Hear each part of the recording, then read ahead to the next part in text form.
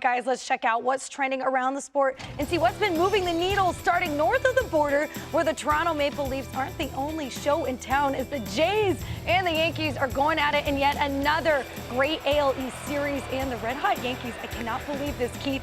I know you can. They are streaking with 10 straight W's. But X, I'm going to start with you. I know I should go to Keith first, but the Yankees, we're talking about smaller sample sizes. Are they the real deal now? Is this a different team than in years past? It's a different team. We still have remember, this is a 162-game season. Like, let's not get too crazy over the Yankees right now. Until, like, I'm more concerned about tonight, going against Alek Manoah tonight. If they show me a little something tonight, that will give me a better sense of what this team will look like against some better pitching going forward, because Alek Manoah has their number. But as far as the Yankees offense goes and what they've done for that pitching staff, it's hard to be against this team, really. They're streaking. They're really impressive right now.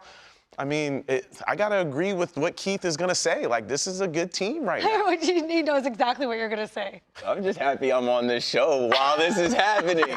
King of the hill, top of the heap, #1. Your New York Yankees, this is what it's supposed to look like. And the question was, are these Yankees different? Yes. I can speak to it. Defensively, the Yankees' defense seems to always be there when you need them, and we're manufacturing runs now when you need them. Not living and dying by the home run. You need a run to win the game in the 9th inning, like a good Gleyber Torres is there.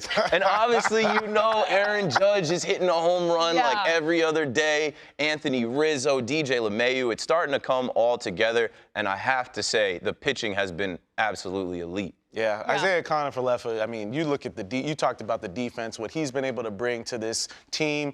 I look at, obviously trading Sanchez. Now they've done a little bit better at that catching position. They haven't gotten the offense yet from that catching position, but they have the defense there as well. And Anthony Rizzo, like, this could be the best offseason signing that we've seen so far. At least him being able to hold up that offense with those power production numbers. He's pulling now, too. He's not hitting anything on the ground. He knows that porch is his friend. Yeah, and having a sense of what it was like last year, I think now he's comfortable in his shoes. He's taken off. Giancarlo Stanton, like, we saw this last year. Like, he getting back to those Miami MVP type numbers. Playing the field. I mean, he's out there playing the field. Robbed an extra base hits yesterday, almost a home run. Yeah, and that's it. The defense is better. They had one of the worst in the majors last season. I think they have the 7th best. And I think, Isaiah Kiner-Falefa. Yes, well, Matthew Orso in research. Shout out to Matthew doing Yes, we love our guy.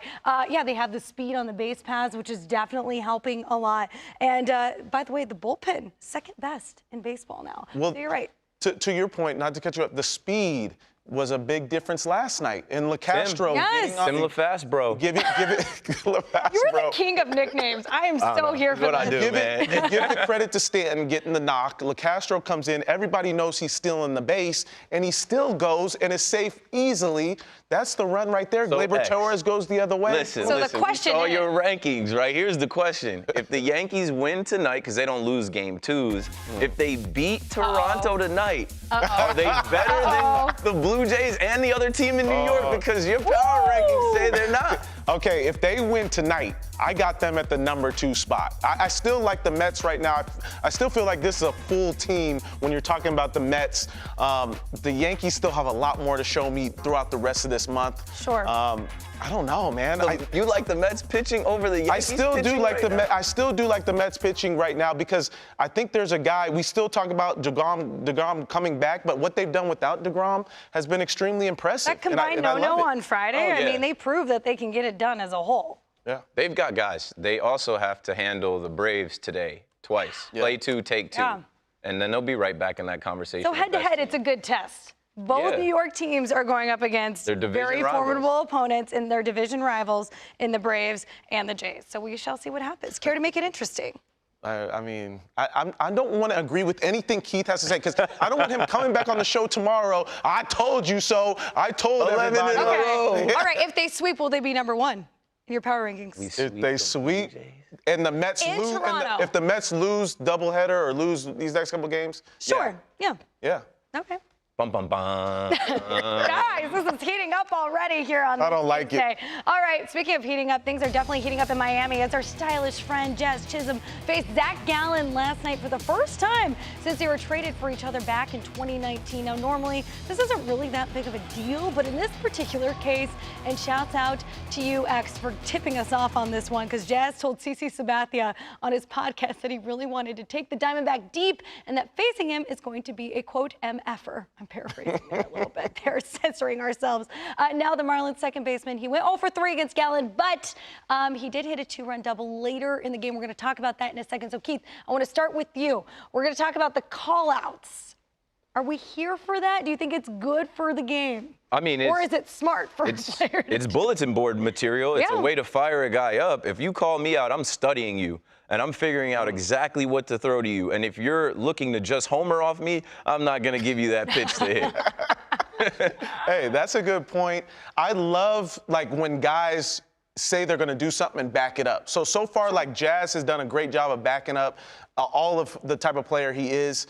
But to your point, you give them bulletin material. They're not going to let you come off easy.